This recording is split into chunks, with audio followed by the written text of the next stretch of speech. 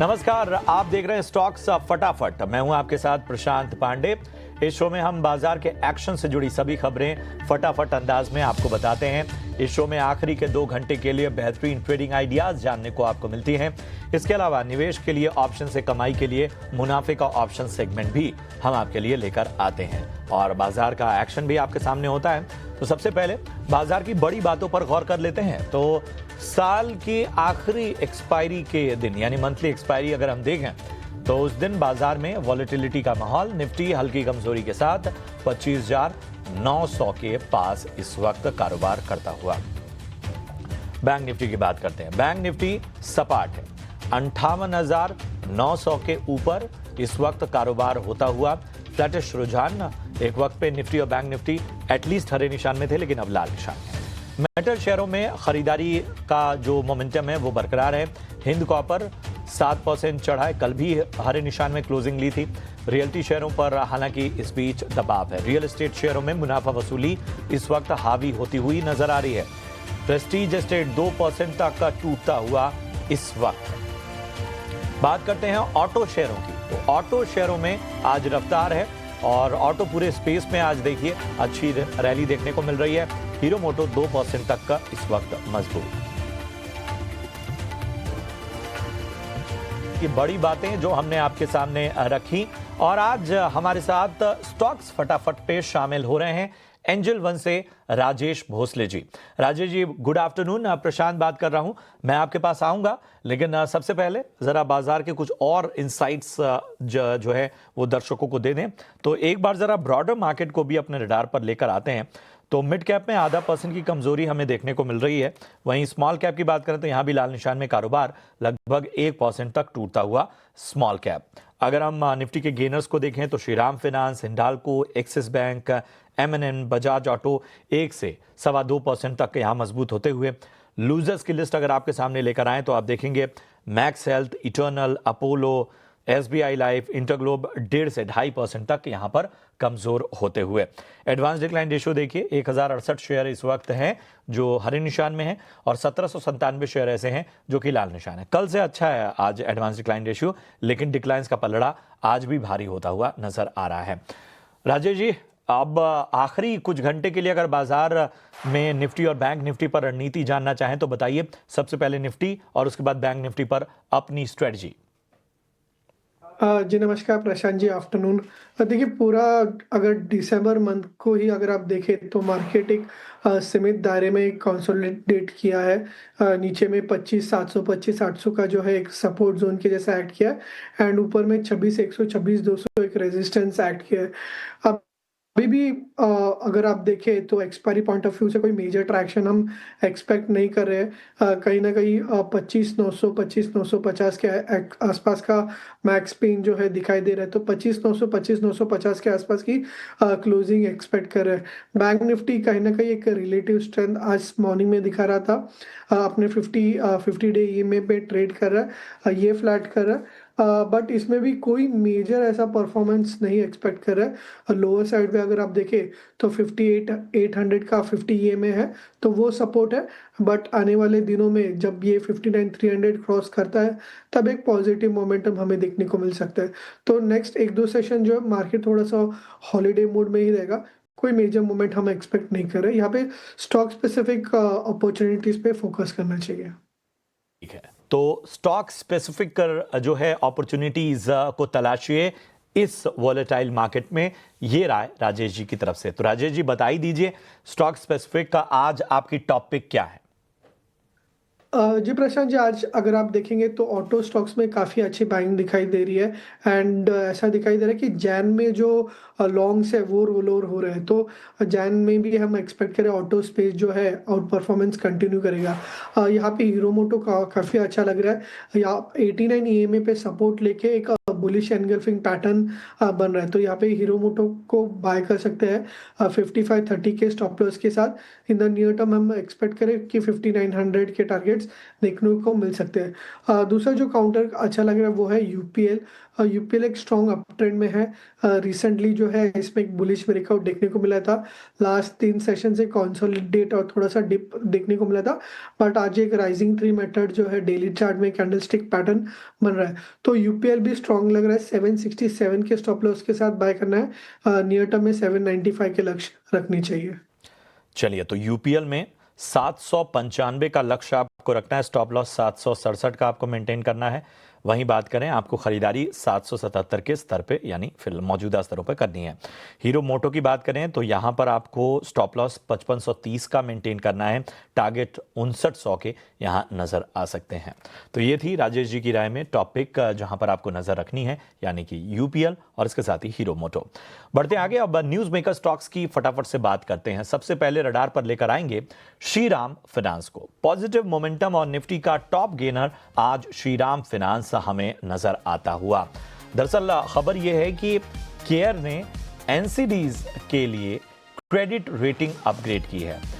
जो केयर ने rating upgrade की है उसका साफ तौर पर जो है वो असर इस वक्त देखने को मिल रहा है। 2% से ज्यादा मजबूत इस वक्त श्रीराम फाइनेंस, और लगातार पिछले दिनों भी अहम खबरों की वजह से सुर्खियों में रहा श्रीराम फाइनेंस। आज की तेजी अगर हम देखें और पिछले 1 महीने की भी तेजी अगर हम देखें तो पिछले 1 महीने में 14.5% तक का रिटर्न श्रीराम फाइनेंस ने यहां पर दिया है।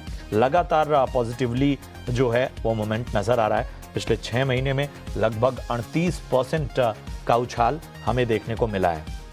तो श्रीराम फाइनेंस एक कंटिन्यूअस कह सकते हैं आउट परफॉर्मर बनकर उभर रहा है अगर हम साफ तौर पर देखें तो। राजेश जी, इस आउट परफॉर्मेंस में जिस तरह की तेजी नजर आ रही है, क्या बस मिस हो गई है या आपको लगता है कि कहीं कोई मौका बन सकता है श्रीराम फाइनेंस की सवारी करने का? जी प्रशांत जी, डेफिनेटली अगर आप देखेंगे तो सितंबर से ये काफ़ी शानदार रैली देखने को मिली है। 600 से ऑलमोस्ट 1000 के लेवल्स जो है श्रीराम फाइनेंस में आ चुका है। बट अभी भी इसका जो टेक्निकल स्ट्रक्चर है वो काफ़ी पॉजिटिव है। हम देख रहे हैं कि कोई भी जो डिप आ रहा है, डिप में बाइंग आ रही है।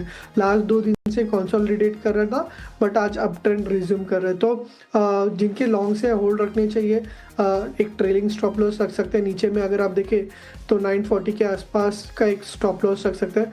Possibly in the near term stock जो है यहाँ से 1050 के लेवल्स भी देखने को मिल सकते हैं। तो बायस पॉजिटिव है। इसका ट्रेंड को, रैली को कंटिन्यू रखना चाहिए। ठीक है, तो पॉजिटिव नजरिया, बुलिश नजरिया श्रीराम फाइनेंस में यहां से और ऊपर तक के स्तर देखने को मिल सकते हैं।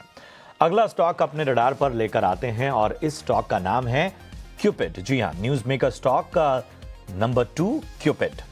पॉजिटिव मोमेंटम में यहां पर भी, और इसकी एक वजह यह है कि जो आप तेजी देख रहे हैं 4% से ज्यादा की, दरअसल नई एफएमसीजी मैन्युफैक्चरिंग फैसिलिटी के लिए सैद्धांतिक मंजूरी मिली है।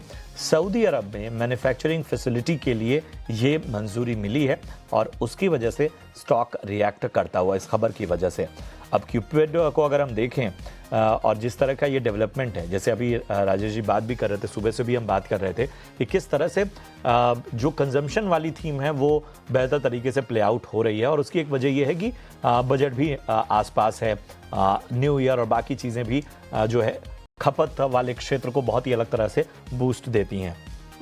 1 महीने में अगर आप क्यूपिड के शेयर को देखेंगे तो पिछले 1 महीने में ये स्टॉक का 350 से 506 तक की रैली दिखाया है। 45% से ज्यादा का रिटर्न इसने सिर्फ 1 महीने में दिखाया है, और ये अपने आप में बता रहा है कि किस तरह का मोमेंटम जो है वो नजर आया है। 1 महीने में अगर ये स्टॉक इस तरह से रिएक्ट कर रहा है तो आप सोच सकते हैं कि इसकी रैली, इसकी ट्रेजेक्टरी कितनी जबरदस्त है। तो पिछले 6 महीने का अगर हम चार्ट देखें तो 370%, 370-71% तक का रिटर्न। मतलब राजेश जी, क्यूपिड तो रॉकेट है, और अभी एक और पॉजिटिव खबर, उसका भी इंपैक्ट अच्छी खासी रैली दिखा चुका है। क्या रणनीति रखी जाए? जी प्रशांत जी, डेफिनेटली एक वर्टिकल रैली देखने को मिल रही है। एंड ऐसे में, ऐसे रैलीज में जो है फिर एंटर करना थोड़ा सा ट्रिकी हो जाता है। अभी भी जिनके लॉन्ग्स होंगे तो वो होल्ड रख सकते हैं। इसके जो रेसिप्रोकल टारगेट्स बन के आ रहे हैं वो अराउंड 580 से 600 के बन रहे हैं, तो डेफिनेटली पॉजिटिव मोमेंटम अभी भी है, कोई वीकनेस नहीं दिखाई दे रहा है। बट जिनको अगर फ्रेश एंट्री करनी होगी तो थोड़ा सा वेट करना होगा, क्योंकि ऑलरेडी काफ़ी भाग चुका है, ओवरबॉट है। अगर कोई डिप आता है न्यू टर्म में पॉसिबली टुवर्ड्स 450 से 440 लेवल्स, तो वहाँ पे इसका 20 डे ईएम है, तो वहाँ पे ऐड करना लॉजिकल रहेगा। बट जिनके लॉन्ग से डेफिनेटली होल्ड रखिए 530 से 550 के 550 से 560 के टारगेट्स के लिए। चलिए, तो 560 तक के लक्ष्य जो है वो नजर आ सकते हैं क्यूपिड में, यहां पर आपको बने रहने की सलाह। बढ़ते आगे, अगला स्टॉक लेकर आते हैं इंडो काउंट इंडस्ट्रीज। जरा लेकर आइए इंडो काउंट इंडस्ट्रीज। 8.25% की जबरदस्त तेजी यहां पर देखने को मिल रही है। एवेंडस की तरफ से खरीदारी की राय है और कवरेज जो है वो शुरू हुई है, और इसमें जो लक्ष्य है वो 348 का दिया गया है। तो बुलिश नज़रिया ब्रोकरेज का, और यहाँ से आप देखिए कि सीधा 348 का लक्ष्य, यानी कि कुछ ज़्यादा ही बुलिशनेस नज़र आ रही है। इंडो काउंट, राजेश जी कैसा लगता है आपको?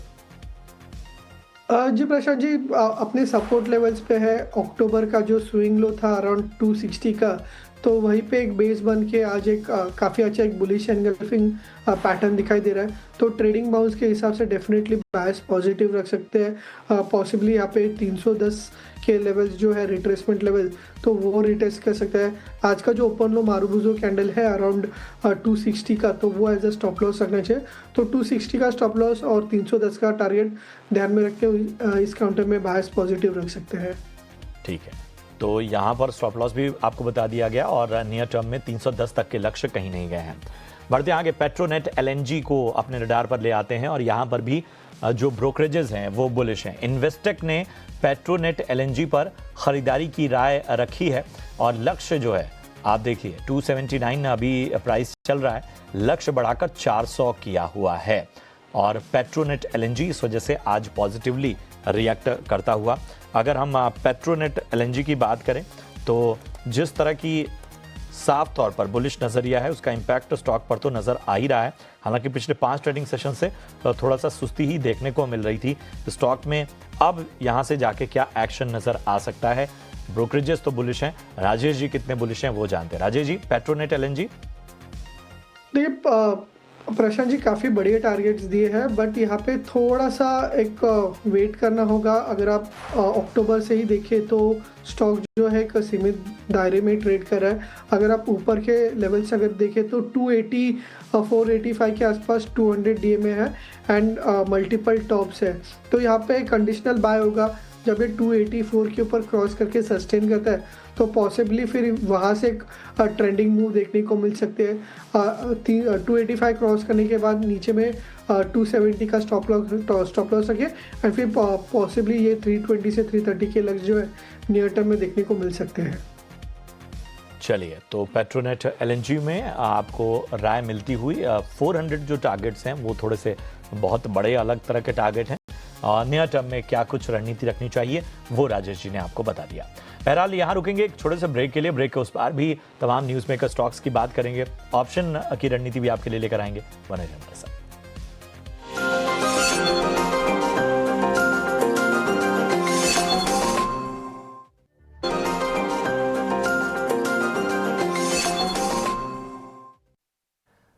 स्वागत है आपका ब्रेक के बाद, और बढ़ते हैं आगे, और अब बात करते हैं मुथूट फाइनेंस की। आज हल्की तेजी हमें मुथूट फाइनेंस में देखने को मिल रही है, और दरअसल मॉर्गन स्टैनली ने ओवरवेट की रेटिंग दी है, लक्ष्य बढ़ाकर 4385 किया है, और इसकी वजह से स्टॉक का जो है वो लगभग 1% मजबूत होता हुआ। ओवरऑल अगर मुथूट फाइनेंस को देखें तो बैंकिंग और फाइनेंशियल होने के सेक्टर में होने के बावजूद हाल फिलहाल पिछले 1 महीने से जो मार्केट की वॉलेटिलिटी है उसका शिकार ये स्टॉक हुआ है। हालांकि 6 महीने में लगभग 43.5% का रिटर्न मुथूट फाइनेंस में हमें देखने को मिला है। तो चलिए, मुथूट फाइनेंस को अपने रडार पर लेकर आ चुके हैं हम। और राजेश जी, वैसे तो काफ़ी वक्त से एक तरह से फ्लैट कारोबार ही देखने को मिल रहा है, बहुत एक्शन देखने को नहीं मिला है, जबकि पूरे बैंकिंग और फाइनेंशियल में अलग जोश था। हालांकि 6 महीने के हिसाब से देखें तो अच्छा खासा रिटर्न स्टॉक ने दिया है। मुथूट फिनांस से यहाँ से आपको क्या लग रहा है? मॉर्गन स्टैनली ने भी कवरेज शुरू की है, ओवरवेट रेटिंग दी है, लक्ष्य 4385 का दिया है। जी प्रशांत जी, सितंबर से स्टॉक जो है एक स्ट्रॉन्ग रैली में रहा है। लास्ट 1 मंथ से डेफिनेटली कंसोलिडेट कर रहा है। बट ऐसे जो स्ट्रॉन्ग काउंटर्स होते हैं, जब भी अपने शॉर्ट टर्म मूविंग एवरेजेस को रीटेस्ट करते हैं, वहाँ से बाइंग देखने को मिलती है। तो कल हमने देखा था 20 डे ईएमए को कहीं ना कहीं एक ब्रीच किया था, बट आज वापस एक मोमेंटम दिखाई दे रहा है। तो बायस अभी भी पॉजिटिव है। नवंबर में मंथ में एक बुलिश गैप रह गया था और एक हायर बॉटम बना है 3600 का। तो एज लॉन्ग 3600 होल्ड करता है, बायस पॉजिटिव रखे। नियर टर्म में हम एक्सपेक्ट करें कि पॉसिबली स्टॉक जो है 4000 के लेवल से रिटेस्ट कर सकता है, एंड फिर उसके बाद पॉसिबली 40 to 50 के टारगेट्स भी देखने को मिल सकते हैं। तो एज लॉन्ग 3600 होल्ड करता है, बायस पॉजिटिव रखिए। ठीक है, 3600 का स्तर जब तक ये स्टॉक मेंटेन कर रहा है, बुलिश नजरिया, पॉजिटिव नजरिया राजेश जी की तरफ से यहां पर होल्ड किया जा सकता है। इटर्नल को अपने रडार पर ले आते हैं। इटर्नल दरअसल एक अहम खबर की वजह से सुर्खियों में है।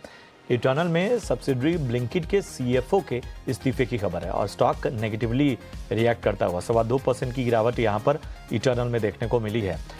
कल हमने देखा था, कल ये स्टॉक चल रहा था, लेकिन इटर्नल में बीच बीच में वो काफ़ी अच्छा करेक्शन भी हमें देखने को मिला। राजेश जी से जानते हैं इटर्नल पर उनकी राय क्या बन रही है। राजेश जी, इटर्नल 2.25% टूटता हुआ ओवरऑल स्टॉक में जो एक्शन होना चाहिए कम से कम इस ईयर एंड में, वो गायब हो गया। जी प्रशांत जी, लास्ट कुछ महीनों से जो स्टॉक जो है 200 डीएमए पे बेस बना रहा था, सपोर्ट ले रहा था, बट आज इवेंचुअली उसको ब्रेक कर रहा है। अलॉन्ग विद दैट अगर आप चार्ट देखें तो जुलाई का जो एक बुलिश गैप था तो उसको फील किया है। एवरेजेस के हिसाब से देखें तो 50 और 89 का एक बेरिश क्रॉस ओवर भी दिखाई दे रहा है। तो शॉर्ट टर्म में कहीं ना कहीं एक मोमेंटम जो है नेगेटिव दिखाई दे रहा है। तो यहाँ पे फर्दर डाउनसाइड एक्सपेक्टेड है। पॉसिबली स्टॉक जो है 260 के लेवल्स पे 260 के लेवल से रिटेस्ट कर सकता है। वहाँ पे चार्ट्स को रीचेक करना होगा, बट वो एक स्ट्रॉन्ग सपोर्ट है क्योंकि वहाँ पे एक ओपन लो मारूबुजो का भी एक फॉर्मेशन देखने को मिला है। तो अभी फिलहाल थोड़ा सा अवॉइड कीजिए, बट 260 के लेवल्स आते हैं तो वहाँ पे डेफिनेटली चार्ट्स को रीचेक करके अगर पॉजिटिव मोमेंटम आता है तो वहाँ पे ऐड कर सकते हैं। तो ये है राय मिलती हुई आपको इटर्नल पे, और जाहिर सी बात है कि स्पेसिफिक स्ट्रेटजी के साथ आपको इस स्टॉक को ट्रैक करना है। टाइमैक्स सुर्खियों में है। प्रमोटर के ओएफएस का दायरा बढ़ाने से टाइमैक्स का शेयर 4% चढ़ा है। आपको याद होगा कि कल स्टॉक में अच्छा खासा जो है वो गिरावट देखने को मिली थी। ओवर सब्सक्रिप्शन विकल्प इस्तेमाल करने से ओएफएस साइज लगभग 9% हुआ है। डिस्काउंट पर प्रमोटर हिस्सेदारी बिक्री की खबर से कल शेयर में 6% से ज़्यादा की तेज गिरावट हमें देखने को मिली थी, और आज हम देख रहे हैं कि लगभग 7% ऊपर इस वक्त टाइमैक्स का शेयर। तो कल 6% गिरा, आज 7% चला। राजेश जी, थोड़ा सा लोगों में कन्फ्यूजन होगी, टाइमैक्स को कैसे ट्रैक करेंगे आप? जी प्रशांत जी, यस, कल का जो लॉस्ट ग्राउंड था उसको ही रिक्लेम कर रहा है, तो कोई मेजर चेंज दिखाई नहीं दे रहा है। तो थोड़ा सा अभी भी वेट करने की सलाह होगी। स्टॉक को वेट का चेक करना होगा अराउंड 370 के लेवल्स पे, क्योंकि मल्टीपल टॉप्स यहाँ पे बना है। जब ये 370 के लेवल्स क्रॉस करेगा आने वाले दिनों में, देन उसके बाद एक पोजिशनली बेट ले सकते हैं for the targets of 420 440 levels. 370 के ऊपर 320 का लक्ष्य स्टॉप लॉस रखे, 420 से 450 के टारगेट जो है टाइमैक्स में रख सकते हैं, बट कंडीशनल बाय 370 के ऊपर। चलिए, तो यहाँ पर 360 का स्तर याद रखिए, वहाँ से ही खरीदारी के मौके आपको टाइमैक्स में बन सकते हैं, क्योंकि कल जो नुकसान हुआ था स्टॉक को, बस उसी को आज गेन किया है। तो थोड़ा सा आपको उस कंफर्मेशन का 360 वाले का वेट करना चाहिए। लॉयड इंजीनियरिंग को अपने रडार पर लेकर आते हैं। लॉयड इंजीनियरिंग की बात करें, फिलहाल स्टॉक में तो गिरावट है, लेकिन खबर पॉजिटिव है। लॉयड इंफ्रा, मेटल फैब और टेक्नो इंडस्ट्रीज का मर्जर हुआ है। तीनों कंपनियों का मर्जर LEWL में होगा। बोर्ड से मर्जर को मंजूरी मिल गई है, लेकिन लगता है इस खबर का जो है वो पॉजिटिव असर लॉयड इंजीनियरिंग पे नहीं देखने को मिल रहा है। लॉयड इंजीनियरिंग को बाकी भी पैरामीटर्स पे ज़रा टेस्ट करते हैं। पिछले 5 ट्रेडिंग सेशन से तो लगभग 4% टूट चुका है ये स्टॉक। पिछले 1 महीने से हम देख रहे थे कि कुछ एक मोमेंटम ज़रूर नज़र आ रहा था, लेकिन अब जो है वहाँ पर एक ब्रेक लगता हुआ। तो लॉयड इंजीनियरिंग, राजेश जी क्या राय बन रही है? जी प्रशांत जी, दिसंबर में हमने लोअर एंड से डेफिनेटली इस स्टॉक में बाइंग देखी है, बट अपने जो क्रूशियल एवरेजेस है 89 EMA और 200 DMA, वहाँ पे आके स्टॉक जो है थोड़ा सा रेजिस्टेंस ले रहा है। तो यहाँ पे वेट करना होगा वापस स्टॉक को जो रिसेंट हाइज है अराउंड 59 के, वो ब्रेक करने होंगे जो इसका 200 DMA है। 59 क्रॉस करता है तो इसका पॉजिटिव मोमेंटम एक्सटेंड हो सकता है पॉसिबली 67 लेवल्स तक, बट जब तक ये क्रॉस नहीं करता तो स्टॉक जो है थोड़ा सा कंसोलिडेशन मोड में जा सकता है। ये थी लॉयड इंजीनियरिंग पर आपको अहम सलाह राजेश जी की तरफ से। बढ़ेंगे आएंगे और अब आपके लिए लेकर आएंगे मुनाफे का ऑप्शन।